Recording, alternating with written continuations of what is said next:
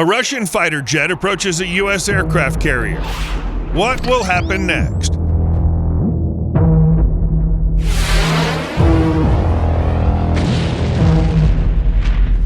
Geopolitical tensions between Russia and the United States have reached their highest point in decades. In these conditions, military actions by both nations are viewed not just as routine operations, but as demonstrations of power, readiness for potential conflict, and sometimes an attempt to humiliate the opponent by exposing their weaknesses. One of the key elements of the U.S. military strategy is aircraft carriers, which serve as floating fortresses capable of projecting power across thousands of miles. For Washington, carrier groups are more than just military assets, they're symbols of global leadership and security. On the other hand, Russia, eager to showcase its regained strength, might do so through a provocative flight near a U.S. aircraft carrier. What could happen in such a scenario? This isn't just about who detects the enemy first, but how such incidents could impact global security. So what happens if a Russian reconnaissance plane approaches a U.S. aircraft carrier? In this video, you'll find out all the details. To fully grasp the danger of such an incident, we first need to understand why aircraft carriers hold a special place in U.S. national security strategy. They're a powerful tool for projecting force and are a key element of global military policy. Let's take a closer look at what a U.S. aircraft carrier represents when it's carrying out a mission in the world's oceans. An aircraft carrier never operates alone.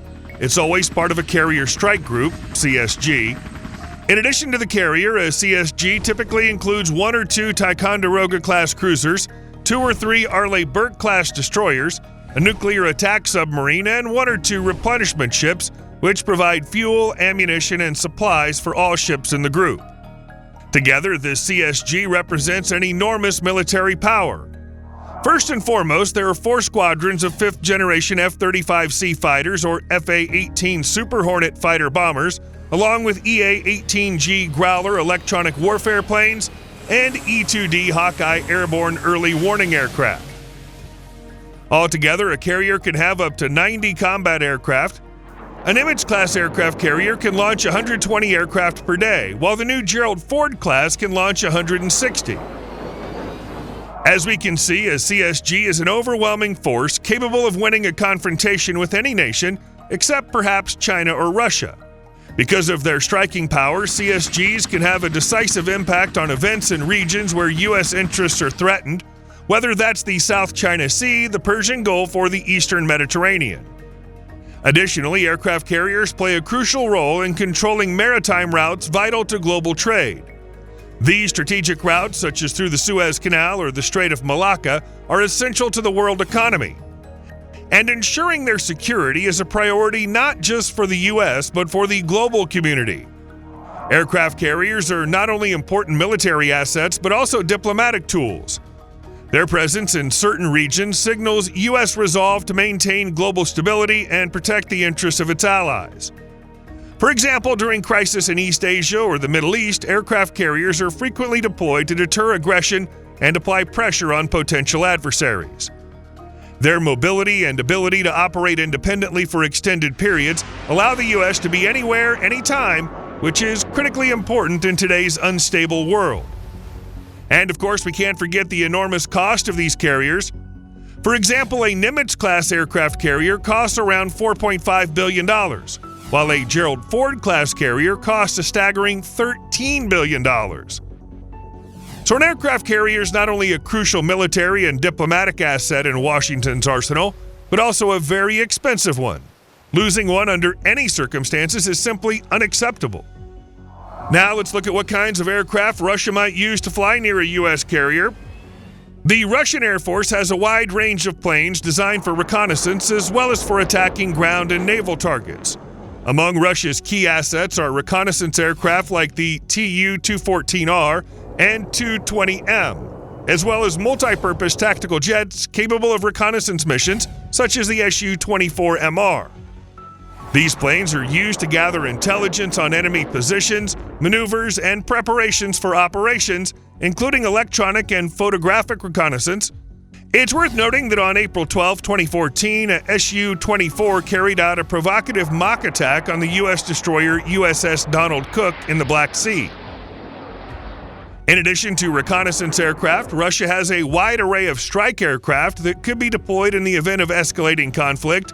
These include the Su-34, Su-30SM, and Tu-22M3, which are not only capable of gathering intelligence with their advanced sensors, but also delivering precision strikes against naval targets. They can be armed with Kh-35 anti-ship missiles, which have a 320-pound warhead and a range of up to 310 miles. They also carry Kh-22 missiles with a 2,100-pound warhead and a range of 370 miles. Of course, sinking an aircraft carrier with a single missile isn't realistic, but a 2,100-pound explosion could certainly knock a carrier out of action for a long time. However, an actual attack by a Russian aircraft on a U.S. carrier is the least likely scenario.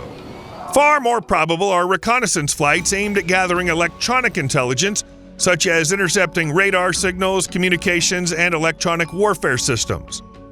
The Russians could also monitor the carrier's operations, launches, and recoveries of fighters, which planes are scrambled for intercepts, and so on. Another likely scenario is psychological warfare, a show of force and readiness to act in close proximity to critical U.S. assets. This was the purpose of the Su-24 simulated attack on Donald Cook.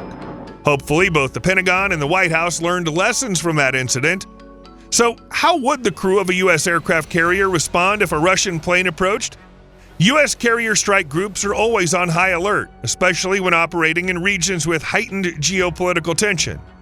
Any approaching object, whether aircraft or ship, is immediately detected by the carrier's defense systems, which include multiple layers of detection and protection.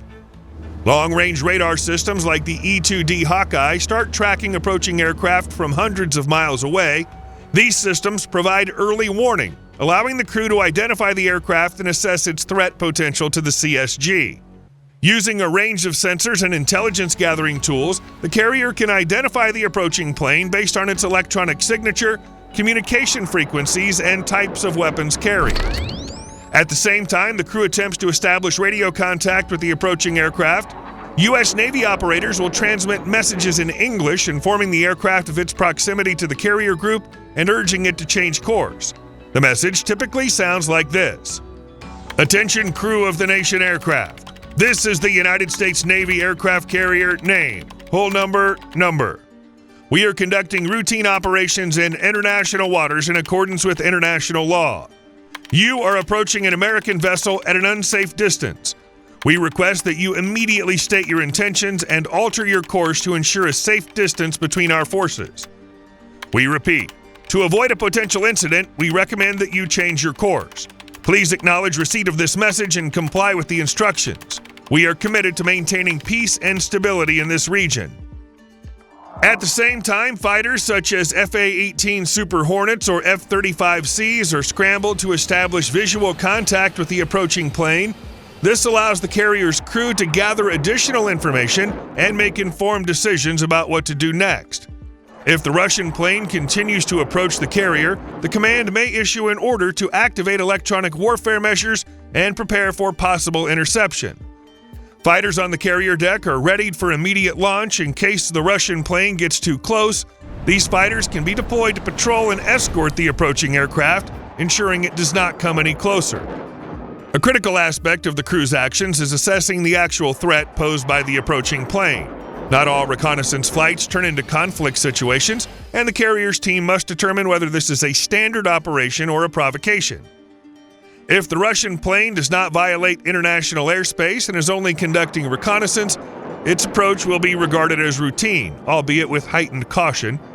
However, if the aircraft performs aggressive maneuvers, violates airspace, or heads directly for the carrier, it could be seen as a potential threat.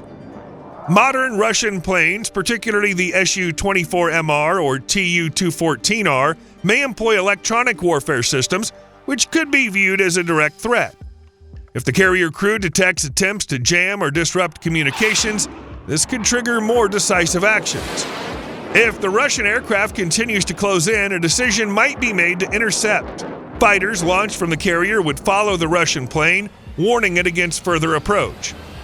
In most cases, these fighters simply escort the plane, monitoring its maneuvers and tracking any changes in course. This is standard practice which avoids unnecessary escalation while showing readiness to respond if provoked. If the Russian plane gets too close to the carrier or its accompanying ships, U.S. fighter pilots may signal, visually and over the radio, that the Russian jet must immediately change course and move away from the carrier. In some cases, a warning shot or aggressive maneuver could be performed to demonstrate U.S. resolve. In extreme cases, if the Russian aircraft ignores warnings and continues an aggressive approach, escalation to combat is possible. U.S. fighters may decide to use force to protect the carrier group, although this is always considered a last and undesirable option, given the serious international consequences it could trigger. Ultimately, any actions taken by the carrier crew are based on command decisions, factoring in the plane's behavior, regional conditions, and overall tension levels. The carrier group commander is responsible for making decisions that could affect not only the safety of the military group, but also international relations. Depending on the situation, the command may decide either to de-escalate, keeping the Russian plane under surveillance, or to intercept to protect the carrier group from potential threats.